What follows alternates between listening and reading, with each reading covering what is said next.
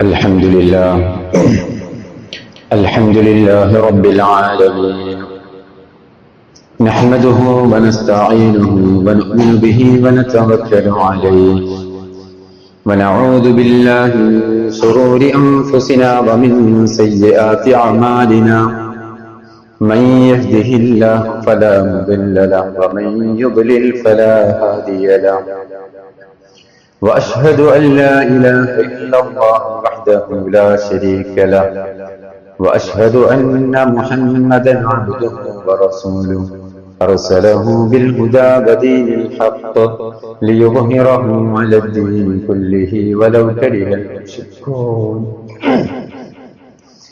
اللهم صل على محمد وعلى آل محمد كما صليت على إبراهيم وعلى آل إبراهيم إنك حميد مجيد اللهم بارك على محمد وعلى آل محمد كما باركت على إبراهيم وعلى آل إبراهيم إنك حميد مجيد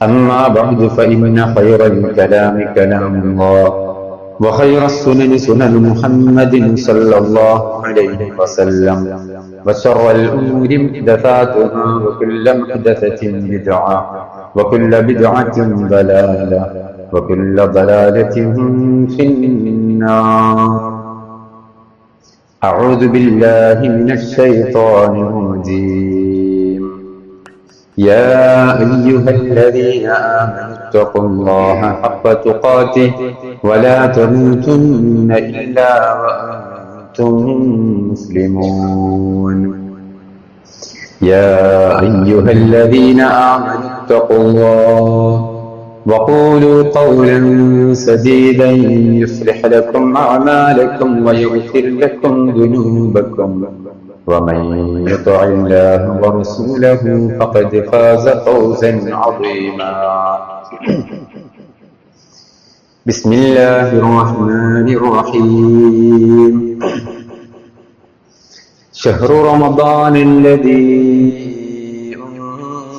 أنزل فيه القرآن هدى للناس وبينات من الهدى والفرقان فمن شهد منكم الشهر فليصم ومن كان مريضا أو على سفر فعدة من أيام أخر يريد الله بكم اليسر ولا يريد بكم العسر ولتكملوا العدة ولتكبروا الله على ما هداكم ولعلكم تشكرون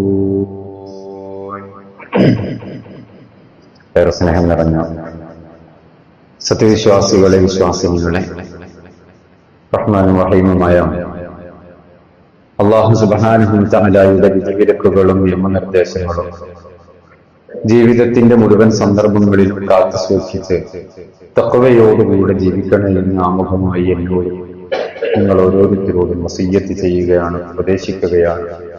അല്ലാഹു സുബ്ഹാനഹു വ തആല നമ്മെ എല്ലാവരെയും അവന്റെ ഇഷ്ടജനങ്ങളിൽ സജ്ജനങ്ങളിൽ ഉൾപ്പെടുത്തി അനുഗ്രഹിക്കുമാറാകട്ടെ.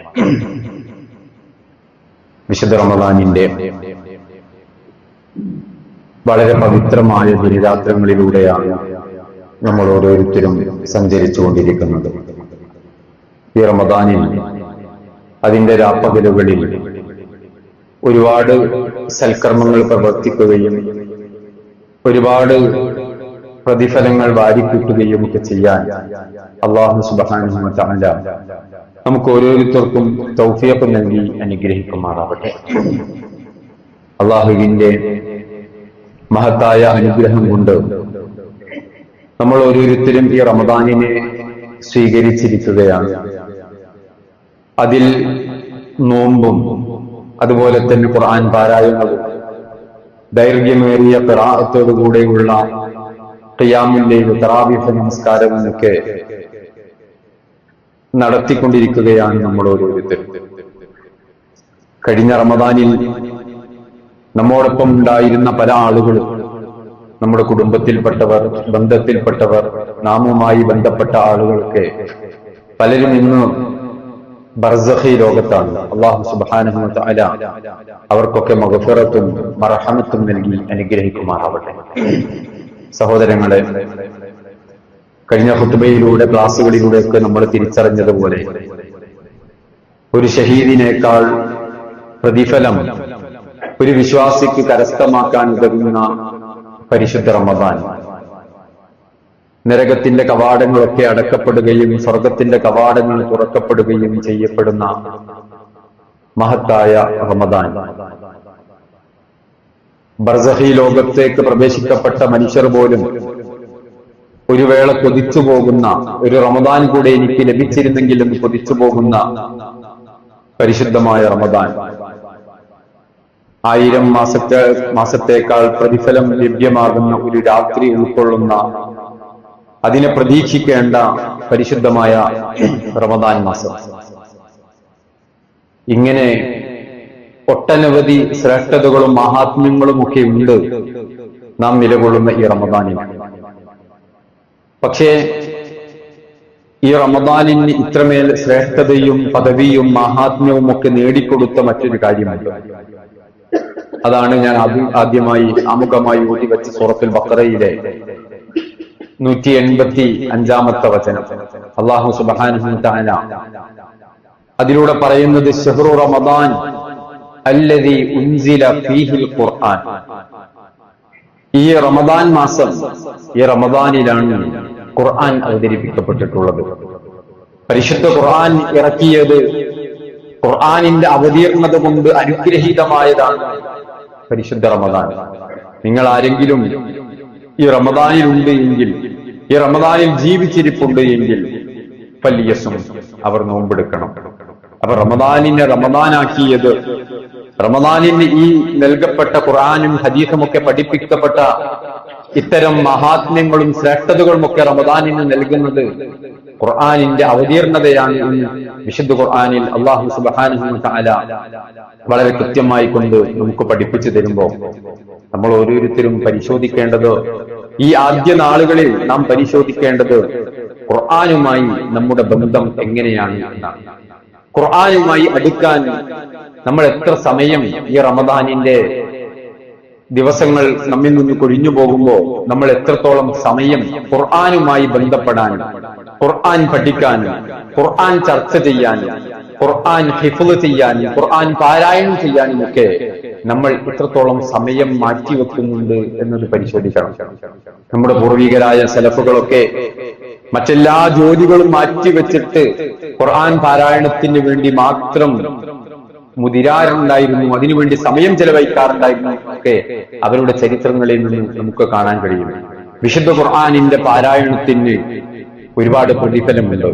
പക്ഷേ പലപ്പോഴും നമ്മൾ കണ്ടുകൊണ്ടിരിക്കുന്നത് കേവലം ഒരു ഖുർആൻ പാരായണം, നമ്മളൊക്കെ ഒരു ഖത്ം തീർക്കുക, 2 ഖത്ം തീർക്കുക, ഈ രൂപത്തിലുള്ള ഒരു പാരായണത്തിൽ മാത്രം ഒതുങ്ങിപ്പോകുന്നുണ്ടോ എന്ന് നമ്മൾ ശ്രദ്ധിക്കേണ്ടതുണ്ട്.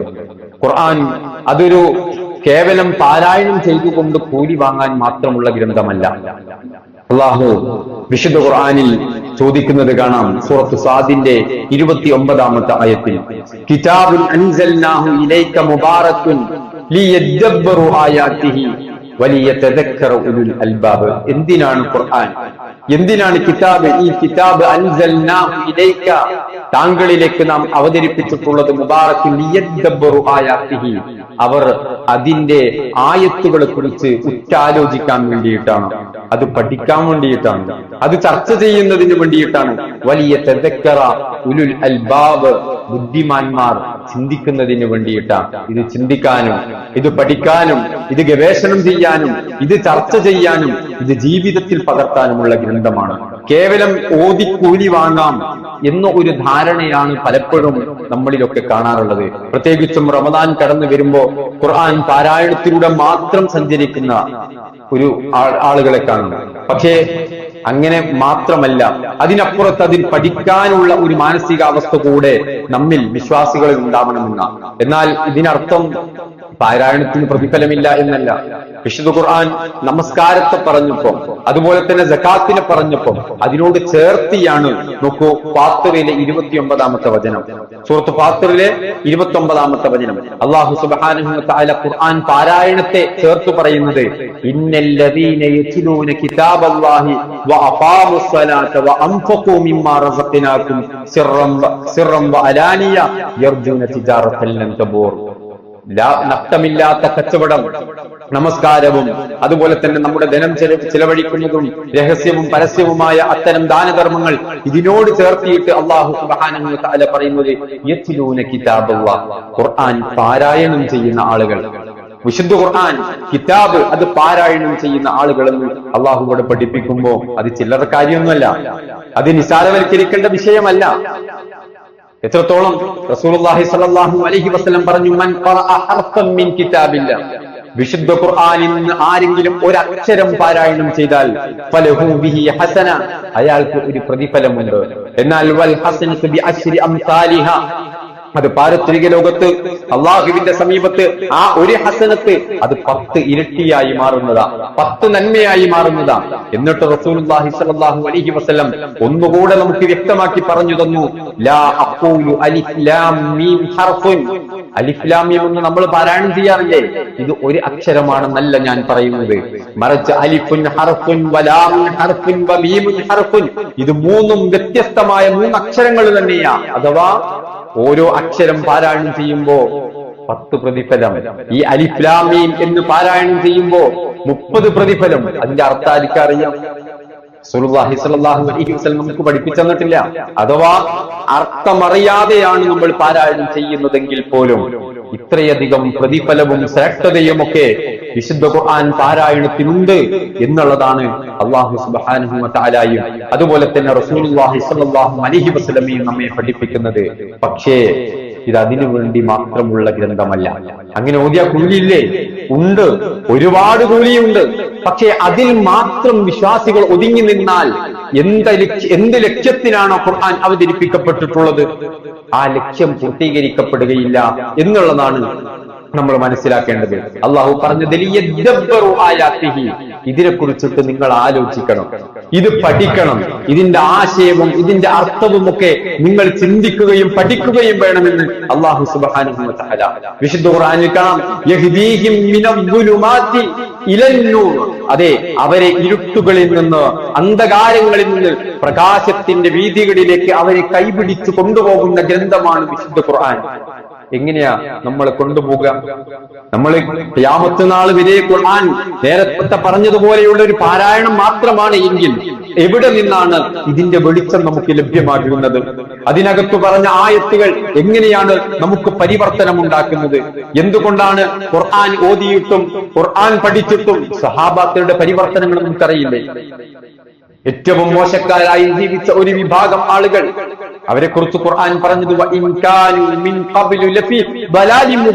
അങ്ങേയറ്റം വഴിപിഴച്ചു പോയ ആളുകളായിരുന്നു. മദ്യം അവരുടെ കൂടപ്പിറപ്പായിരുന്നു. മദ്യമില്ലാതെ ലഹരി, ഇന്ന് നമ്മൾ ആശങ്കപ്പെടുന്ന വിഷയങ്ങൾ, കൊലപാതകങ്ങൾ, കൊള്ളകൾ, മോഷണങ്ങൾ, ലഹരിയുടെ ആധിക്യം, ഇതുപോലെ അതിന്റെ ആധിക്യം നിറഞ്ഞ ഒരു കാലഘട്ടത്തിലാണ് ഹബീബായ മുഹമ്മദ് മുസ്തഫ സല്ലല്ലാഹു അലൈഹി വസല്ലമയുടെ കരങ്ങളിലേക്ക് വിശുദ്ധ ഖുർആൻ നൽകിക്കൊണ്ട് അല്ലാഹു സുബ്ഹാനഹു വ തആല പറഞ്ഞയക്കുന്നത് ഹുവല്ലദീ ബഅസ ഫിൽ ഉമ്മീയീന റസൂലൻ മിൻഹും യത്ലു അലൈഹിം ആയാതി. എങ്ങനെയാ റസൂലുള്ളാഹി സ്വല്ലല്ലാഹു അലൈഹി വസല്ലം ആ വിഭാഗം ആളുകളെ പരിവർത്തിപ്പിച്ചെടുത്തത്? മദ്യമില്ലാതെ ജീവിക്കാൻ കഴിയില്ല എന്നും മുക്കിനു ടെന്റുകൾ കെട്ടിയിട്ട് നിങ്ങളുടെ ആവശ്യ പൂർത്തീകരണത്തിന് ഞങ്ങൾ ഇവിടെ ഉണ്ട് എന്ന വേശ്യാലയങ്ങൾ തുറന്നു വെച്ച മക്കയുടെ തെരുവീതികളിലേക്ക് വിശുദ്ധ ഖുർആനിന്റെ ആയത്തുകൾ എത്തിയപ്പോ അതെല്ലാം അടച്ചുപൂട്ടി. മദ്യഷോപ്പുകൾ അടച്ചുപൂട്ടി, ബാറുകൾ അടച്ചുപൂട്ടി, മദ്യത്തിന്റെ വീപ്പകൾ തെരുവീതിയിലൂടെ, മദീനയുടെ തെരുവീതിയിലൂടെ ഒഴുക്കപ്പെട്ടു. ചരിത്രങ്ങൾ നമുക്കറിയാം. ഉടനെ അവർ സ്റ്റോപ്പ് ചെയ്യുകയാണ്. എന്തേ? യത്ലു അലൈഹിം ആയാത്തി, ഖുർആനിന്റെ ആയത്ത് അവർ ഓതിക്കൊടുത്തു. യുഅല്ലിമുഹുൽ കിതാബ്, ഈ കിതാബ് അവരെ പഠിപ്പിച്ചു കൊടുത്തു. വയുസക്കീഹിം, അവരെ സംസ്കരിച്ചെടുത്തു. സഹോദരങ്ങളെ, ആ ഗ്രന്ഥം നമ്മുടെ കയ്യിലുണ്ടായിട്ട്, ആ ഖുർആൻ നമ്മുടെ കൈവശമുണ്ടായിട്ട് നമ്മളത് പഠിക്കുന്നുണ്ടോ? നമുക്ക് മാറ്റങ്ങൾ വരുന്നുണ്ടോ? നമുക്കറിയില്ലേ പലിശ ഹറാമാണെന്ന്? നമുക്കറിയില്ലേ വ്യഭിചാരം ഹറാമാണെന്ന്? നമുക്കറിയില്ലേ ലഹരി ഹറാമാണെന്ന്? ഖുർആനിന്റെ ആയത്തുകളിൽ എത്രയെത്ര പറയുന്നുണ്ട്. അന്യന്റെ കുറ്റവും കുറവും പറയരുതെന്ന് ഖുർആൻ നമ്മോട് പറയുന്നില്ലേ? മാതാപിതാക്കളെ സംരക്ഷിക്കണമെന്ന് ഖുർആൻ നമ്മോട് പറയുന്നില്ലേ? സത്യമേ പറയാവൂ എന്ന് ഖുർആൻ നമ്മോട് പറയുന്നില്ലേ? പക്ഷെ എന്തേ നമ്മുടെ ജീവിതത്തിൽ പരിവർത്തനം ഉണ്ടാവാത്തത്? സർവ്വ തിന്മകളിൽ നിന്നും നന്മയുടെ പാന്താവിലേക്ക് നിങ്ങളെ കൈപിടിച്ച് ഈ ഗ്രന്ഥം കൊണ്ടുപോകും. നമ്മുടെ കൈകളിലുണ്ട്, നമ്മുടെ ഷെൽഫുകളിലുണ്ട്, നമ്മൾ അലമാറകളിലുണ്ട്, നമ്മൾ തട്ടുകളിൽ സൂക്ഷിച്ചിട്ടുണ്ട്.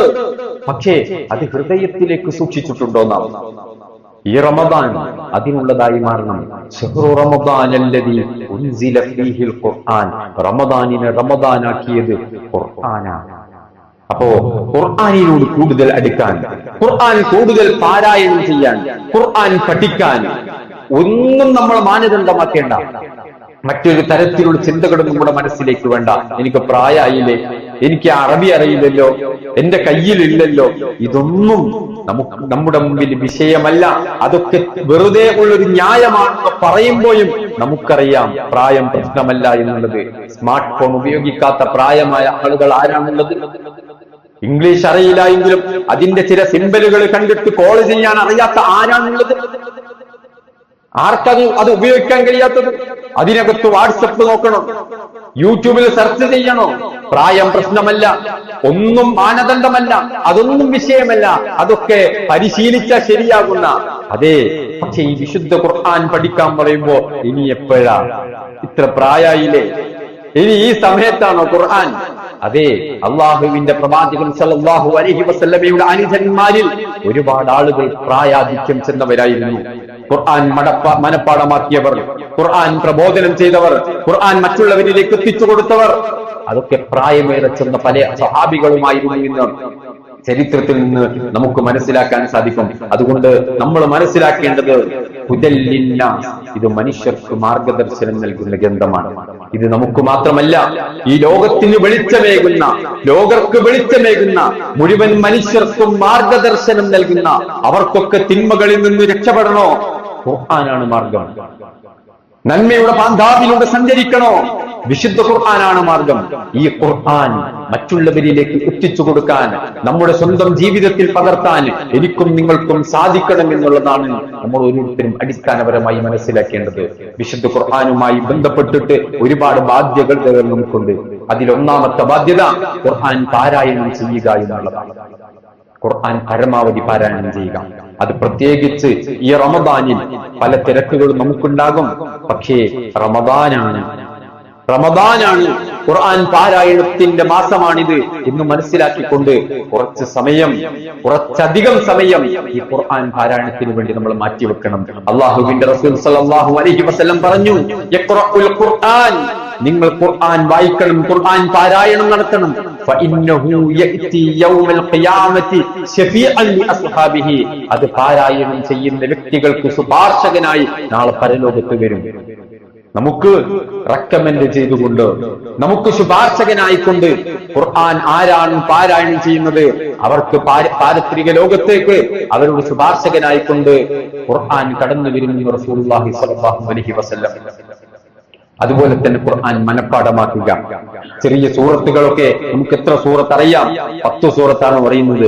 11ാമത്തത് മനഃപ്പാഠമാക്കാൻ ഒരു ശ്രമം നടത്തുക. അത് കേട്ടിട്ടും വായിച്ചിട്ടും ഓതിയിട്ടുമൊക്കെ ആ രൂപത്തിൽ നമ്മൾ ഓരോരുത്തരും ബൈഹാർട്ട് മനഃപ്പാഠമാക്കണം. കാരണം നബി സല്ലല്ലാഹു അലൈഹി വസല്ലം പറഞ്ഞു, ഖാലു ലി സാഹിബിൽ ഖുർആൻ, പാരത്രിക ലോകത്ത് വെച്ച് ഖുർആൻ മനഃപ്പാഠമാക്കുന്ന ആളുകളോട് പറയപ്പെടും,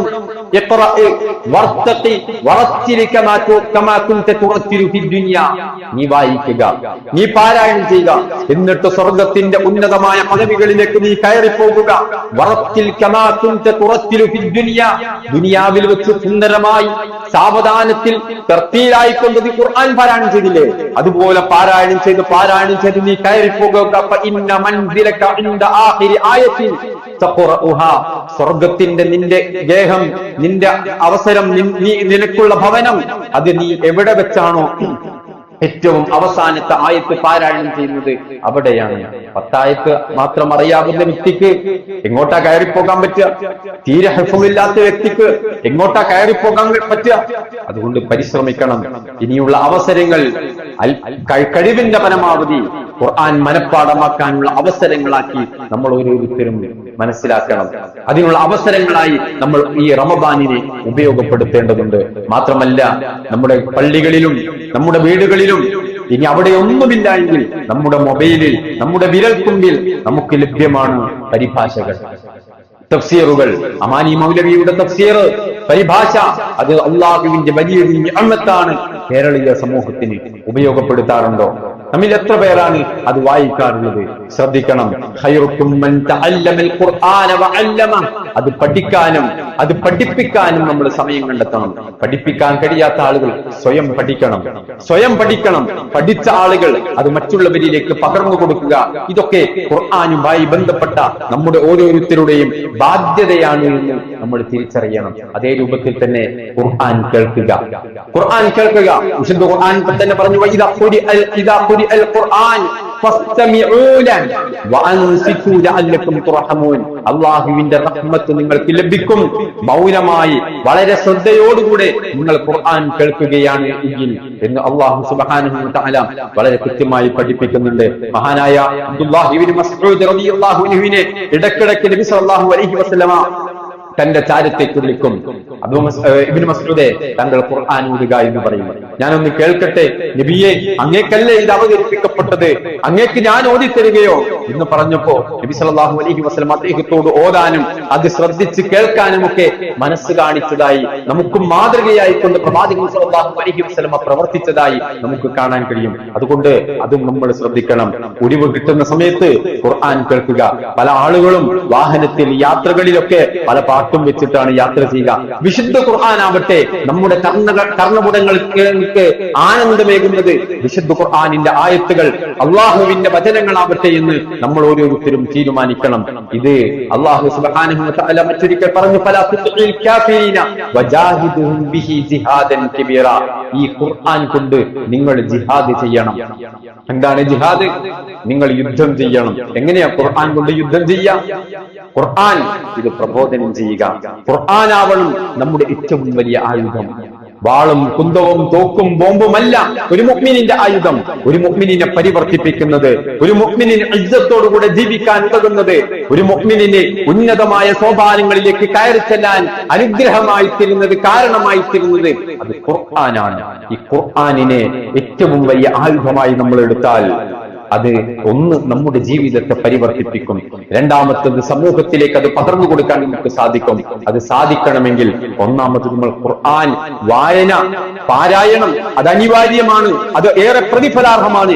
അതിനപ്പുറത്തേക്ക്, അതിന്റെ പഠനത്തിലേക്ക്, അതിന്റെ ചർച്ചകളിലേക്ക്, അത് പഠിപ്പിക്കുന്നതിലേക്ക്, അത് സമൂഹത്തിലേക്ക് പകർന്നു കൊടുക്കുന്നതിലേക്കൊക്കെ നമ്മൾ ആവേശം കാണിക്കേണ്ടതുണ്ട് എന്ന, അതുപോലെ തന്നെ അതിന്റെ ആശയങ്ങൾ നമ്മുടെ ജീവിതത്തിൽ ഉണ്ടാവണം. എന്താണ് കൈക്കൂലി വാങ്ങാത്തത്? ഒന്നും ഉണ്ടായിട്ടല്ല, മറ്റാരെയും പേടിച്ചിട്ടല്ല. എന്റെ റബ്ബിന്റെ നിർദ്ദേശമുണ്ട് ഖുർആനിലൂടെ. എന്തുകൊണ്ടാണ് കള്ളം പറയാത്തത്? എന്റെ റബ്ബിന്റെ നിർദ്ദേശമാണ് ഖുർആനിലൂടെ. അതുപോലെ തന്നെ മാതാപിതാക്കളെ ഇതുവരെയുള്ളതിനേക്കാൾ ഫെസിലിറ്റിയോടുകൂടെ വൃദ്ധസദനങ്ങളിലാക്കിക്കൂടെ? ഈ തിരക്കിനുള്ളിലും എന്തേ കഷ്ടപ്പാട്? എന്തിനങ്ങനെ പ്രയാസപ്പെടുന്നത്? അതെ, എന്റെ റബ്ബിന്റെ നിർദ്ദേശമാണ്. ഇങ്ങനെ ഓരോന്നും നമ്മുടെ ജീവിതത്തിന്റെ നിഖില മേഖലകളിലും, നമ്മുടെ കച്ചവടത്തിൽ, നമ്മുടെ ജോലി സ്ഥലത്ത്, നമ്മുടെ മാതാപിതാക്കളുമായി ബന്ധപ്പെട്ട വിഷയത്തിൽ, നമ്മുടെ ഭാര്യയുമായിട്ടുള്ള ഇടപാടുകളിൽ, നമ്മുടെ മക്കളെ വളർത്തുന്നിടത്ത്, സമൂഹവുമായി ബന്ധപ്പെടുന്നിടത്ത്, നമ്മുടെ ഓരോ ജീവിതത്തിന്റെ സകല മേഖലകളിലും ഖുർആൻ നമുക്ക് മാർഗദർശനമാകണം. ഇമാമു ഖുർആനി, ഖുർആനാണ് എന്റെ മാർഗദർശി, ഖുർആനാണ് എനിക്ക് നേതൃത്വം നൽകുന്നത്, ഞാൻ ഖുർആനിനെ അനുധാവനം ചെയ്തുകൊണ്ടാണ് ജീവിക്കുന്നത് എന്ന് പറയാൻ എനിക്കും നിങ്ങൾക്കും സാധിക്കണം. ഖബറിലെ ചോദ്യം അതാണ്, ആരാണ് നിന്റെ ഇമാമു എന്നല്ല, വമാ ഇമാമു, എന്താണ് നിന്റെ ഇമാമു എന്ന. അവിടെ ഏതെങ്കിലും മദ്ഹബിന്റെ ഇമാമുകളുടെ പേര് പറഞ്ഞ് രക്ഷപ്പെടാൻ സാധ്യമല്ല. ഖുർആൻ ഇമാമി എന്ന് പറയണമെങ്കിൽ എന്റെ ഇമാം ഖുർആനാണെന്ന് എനിക്കും നിങ്ങൾക്കും പറയണമെങ്കിൽ പ്രിയമുള്ളവരെ, ഈ ഖുർആൻ അനുസരിച്ചുകൊണ്ട് നമ്മുടെ ജീവിതത്തെ ചിട്ടപ്പെടുത്താൻ, പരിവർത്തിപ്പിക്കാൻ എനിക്കും നിങ്ങൾക്കും സാധിക്കണം. അതിന് ഈ റമദാനിനെ നമ്മൾ ഓരോരുത്തരും ഉപയോഗപ്പെടുത്തുക. അല്ലാഹു സുബ്ഹാനഹു വ തആല അനുഗ്രഹിക്കുമാറാവട്ടെ.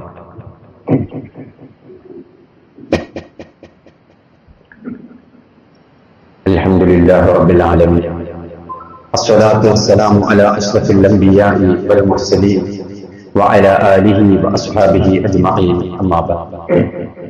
ഒരിക്കൽ കൂടി അള്ളാഹുവിനെ സൂക്ഷിച്ച് ജീവിക്കണമെന്ന് എല്ലാവരെയും ഓർമ്മപ്പെടുത്തുകയാണ്. അല്ലാഹു സുബ്ഹാനഹു വ തആല വിശുദ്ധ ഖുർആനിലൂടെ ചോദിക്കുകയാണ്, അഫലാ യതദബ്ബറൂനൽ ഖുർആൻ അം അലാ ഖുലൂബിൻ അഖ്ഫാലുഹാ. അപ്പോൾ അവർ ഖുർആൻ ചിന്തിച്ചു മനസ്സിലാക്കുന്നില്ലേ? അതല്ല, അവരുടെ ഹൃദയത്തിന്മേൽ പൂട്ടുകളിട്ടിരിക്കുകയാണോ? സഹോദരങ്ങളെ, ഈ ഒരു ചോദ്യം ഈ റമദാനിന്റെ തുടക്കത്തിൽ തന്നെ, ആദ്യത്തെ പത്തിൽ തന്നെ നമ്മൾ ഓരോരുത്തരും ആലോചിക്കണം, ഈ ചോദ്യം നമ്മോടാണോ? ഖുർആൻ പഠിക്കാത്ത, ഖുർആൻ ക്ലാസുകൾ നമ്മുടെ മഹല്ലുകളിൽ ഉണ്ടല്ലോ, അതിനുള്ള സംവിധാനങ്ങൾ, അതിന്റെ പരിഭാഷ നമ്മുടെ വിരൽത്തുമ്പുകളിലുണ്ടല്ലോ, നമ്മുടെ പള്ളികളിലും വീടുകളിലും ഒക്കെ ഉണ്ടല്ലോ. പക്ഷെ അതൊന്നും മറിച്ചു നോക്കാനോ, അത്തരം സദസ്സുകളിൽ പങ്കെടുക്കാനോ ഇതിനൊന്നും തയ്യാറാവാത്ത ആളുകളോടാണ്, ഖുർആനിനെ പറ്റി ആലോചിക്കാനും പഠിക്കാനും തയ്യാറാവാത്ത ആളുകളോടാണ് അള്ളാഹു ചോദിക്കുക, അഫലാ യതദബ്ബറൂനൽ ഖുർആൻ. ഖുർആൻ അവർ ചിന്തിച്ചു മനസ്സിലാക്കുന്നില്ലേ? അവർ മനസ്സിലാക്കാൻ പരിശ്രമിക്കുന്നില്ലേ? അം അലാ ഖുലൂബിൻ അഖ്ഫാലുഹാ. അല്ല, ഖുർആൻ കയറാത്ത രൂപത്തിൽ, ഖുർആൻ സ്വീകരിക്കാത്ത രൂപത്തിൽ, ഖുർആനിനോട് താല്പര്യമില്ലാത്ത രൂപത്തിൽ അവരുടെ ഹൃദയങ്ങൾ ബന്ധിക്കപ്പെട്ടിരിക്കുകയാണോ? സീല് വെക്കപ്പെട്ടിരിക്കുകയാണോ? പൂട്ടുകളിട്ട് അടച്ചു പൂട്ടിയിരിക്കുകയാണോ അവരുടെ ഹൃദയങ്ങൾ? ഖുർആനിനു വേണ്ടി എന്തേ അവരുടെ ഹൃദയങ്ങൾ തുറക്കാത്തത് എന്ന ചോദ്യം എന്നോടും നിങ്ങളോടുമാണോ എന്ന് ഈ റമദാനിൽ നമ്മൾ ചോദിക്കണം. ഈ ചോദ്യം നമ്മോടാണോ? ചോദിക്കണം നാം. അങ്ങനെയാണെങ്കിൽ ഈ റമദാൻ അതിനുള്ളൊരു തുടക്കമായി മാറണം. ഖുർആൻ പഠിക്കാൻ സഹോദരങ്ങളെ, കഴിഞ്ഞ കുത്തുബകളിലൂടെ നമ്മൾ കാര്യങ്ങൾ, ഒരുപാട് ആശങ്കകളും ഭയപ്പെടുന്ന വാർത്തകളും ഒക്കെ നമ്മൾ തിരിച്ചറിഞ്ഞിട്ടുണ്ട്, നമ്മൾ വായിച്ചിട്ടുണ്ട്. അതിനുശേഷവും പല ദുരന്തങ്ങളും റമദാനിലും ദിനേന നമ്മൾ കേട്ടുകൊണ്ടിരിക്കുന്നു, കണ്ടുകൊണ്ടിരിക്കുന്നു. സഹോദരങ്ങളെ, പരിഹാരം മറ്റൊന്നുമില്ല, ഈ ഖുർആനാണ്. നമ്മുടെ വീടകങ്ങളിലേക്ക് ഈ ഖുർആനിനെ നാം പ്രവേശിപ്പിക്കണം. ഇനിയും നാം അമാന്തിക്കുകയാണെങ്കിൽ, ഇനിയും നാം വൈമനസ്യം കാണിക്കുകയാണെങ്കിൽ, തോന്നിവാസങ്ങൾക്കും ശൈത്വാനികൾക്കും പൈശാചികമായ പ്രവർത്തനങ്ങൾക്കും അത്തരത്തിലുള്ള ആസ്വാദനങ്ങൾക്കുമുള്ള ഒരു കേന്ദ്രമായി നമ്മുടെ വീടിനെ മാറ്റുകയും പരിശുദ്ധ ഖുർആനിനെ ഈ നമ്മുടെ പടികയറ്റി ഉള്ളിലേക്ക് പ്രവേശിക്കുന്നതിന് നാം തടസ്സം സൃഷ്ടിക്കുകയും ചെയ്തിട്ടുണ്ടെങ്കിൽ അതിന്റെ പരിണിത ഫലം നമ്മുടെ കുടുംബങ്ങളിൽ, നമ്മുടെ വീടുകളിൽ, നമ്മുടെ മക്കളിൽ അള്ളാഹു തരുമെന്നുള്ളതിൽ ഒരു സംശയവും വേണ്ട. അള്ളാഹു നമ്മെ എല്ലാവരെയും കാത്തുരക്ഷിക്കുമാറാവട്ടെ. അതുകൊണ്ട് സഹോദരങ്ങളെ, ഈ റമദാൻ പരിവർത്തനത്തിന്റെ റമദാനാവണം. ഖുർആൻ പഠനത്തിന്റെ തുടക്കം കുറിക്കുന്ന റമദാനാവണം. മഹാന്മാരായ സഹാബാക്കൾ, അബൂബക്കർ സിദ്ദീഖ് റളിയല്ലാഹു അൻഹു ഖുർആൻ ഓതുമ്പോ വല്ലാതെ പൊട്ടി കരയുമായിരുന്നു എന്ന് കാണാം. നബി സല്ലല്ലാഹു അലൈഹി വസല്ലമയുടെ വിയോഗത്തിന്റെ സന്ദർഭത്തിൽ പ്രവാചകൻ സല്ലല്ലാഹു അലൈഹി വസല്ലമക്ക് പള്ളിയിലേക്ക് വരാനോ ജമാഅത്തിൽ ഇമാമത്തിനുകൊണ്ട് നേതൃത്വം കൊടുക്കാനോ സാധിക്കില്ലെന്ന് കണ്ടപ്പോ അബൂബക്കർ സിദ്ദീഖ് റളിയല്ലാഹു അൻഹുവിനോട് ഇമാമ നിൽക്കാൻ പറ എന്ന് തന്റെ പ്രിയപ്പെട്ടവളായ ആയിഷ റളിയല്ലാഹു അൻഹയോട് അബൂബക്കർ സിദ്ദീഖ് റളിയല്ലാഹു അൻഹുവിന്റെ മകളെ ഏൽപ്പിച്ചപ്പോ ആയിഷ റളിയല്ലാഹു അൻഹ പറഞ്ഞു, അബൂബക്കർ സിദ്ദീഖ് റളിയല്ലാഹു അൻഹു കാന അബൂബക്കറിൻ റജുലൻ ബക്കാഅൻ ലാ യംലികു ഐനൈഹി ഇദാ ഖറഅൽ ഖുർആൻ. തന്റെ കണ്ണുകളെ നിയന്ത്രിക്കാൻ അദ്ദേഹത്തിന് സാധിക്കില്ലല്ലോ പ്രവാചകനെ, ഖുർആൻ ഓതി പൂർത്തീകരിക്കാൻ അദ്ദേഹത്തിന് സാധിക്കില്ലല്ലോ പ്രവാചകനെ എന്ന് അബൂബക്കർ സിദ്ദീഖ് റളിയല്ലാഹു അൻഹുവിനെ കുറിച്ച് പറയുന്നുണ്ട്. എത്ര ആയത്തുകൾ നമ്മൾ ദിവസം പാരായണം ചെയ്യുന്നത്, ഇമാമിന്റെ എത്ര ആയത്തുകളാണ് നമ്മൾ ഒരു ദിവസം കേൾക്കുന്നത്. പക്ഷെ എവിടെയെങ്കിലും നമ്മുടെ കണ്ണുകൾ നനയുന്നുണ്ടോ സഹോദരങ്ങളെ? നമ്മുടെ ഹൃദയത്തിൽ ഒരു ഗദ്ഗതമുണ്ടാകുന്നുണ്ടോ പ്രിയപ്പെട്ടവരെ? നമുക്കെന്തെങ്കിലും ആയത്തുകൾ നമ്മെ പരിവർത്തിപ്പിക്കുന്നുണ്ടോ? നമ്മുടെ സ്വഭാവത്തിന് ഇൻഷാ അല്ലാഹ് ഈ ആയത്തിൽ ഇങ്ങനെ ഉണ്ടല്ലോ, എനിക്ക് മാറ്റം വരണമെന്ന് നമ്മൾ ആരെങ്കിലും തീരുമാനിച്ചിട്ടുണ്ടോ?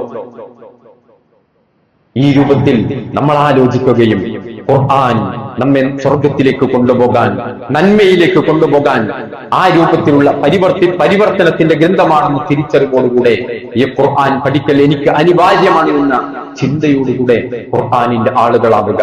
അവരെ കുറിച്ച് നബി സല്ലല്ലാഹു അലൈഹി വസല്ലമ പറഞ്ഞത് അവർ അഹ്ലുല്ലാഹ് എന്ന അള്ളാഹുവിന്റെ അടുത്ത ആളുകളാണ്, അള്ളാഹുവിന്റെ പ്രത്യേകക്കാരാണ് എന്നാണ്. അത്തരത്തിലുള്ള അള്ളാഹുവിന്റെ ബന്ധുക്കളായി മാറാൻ, അള്ളാഹുവിന്റെ അടുത്ത ആളുകളായി മാറാൻ നമ്മൾ ഓരോരുത്തരും റമദാൻ മുതൽ പരിശ്രമിക്കുക. അള്ളാഹു സുബ്ഹാനഹു വ തആല അനുഗ്രഹിക്കുമാറാവട്ടെ.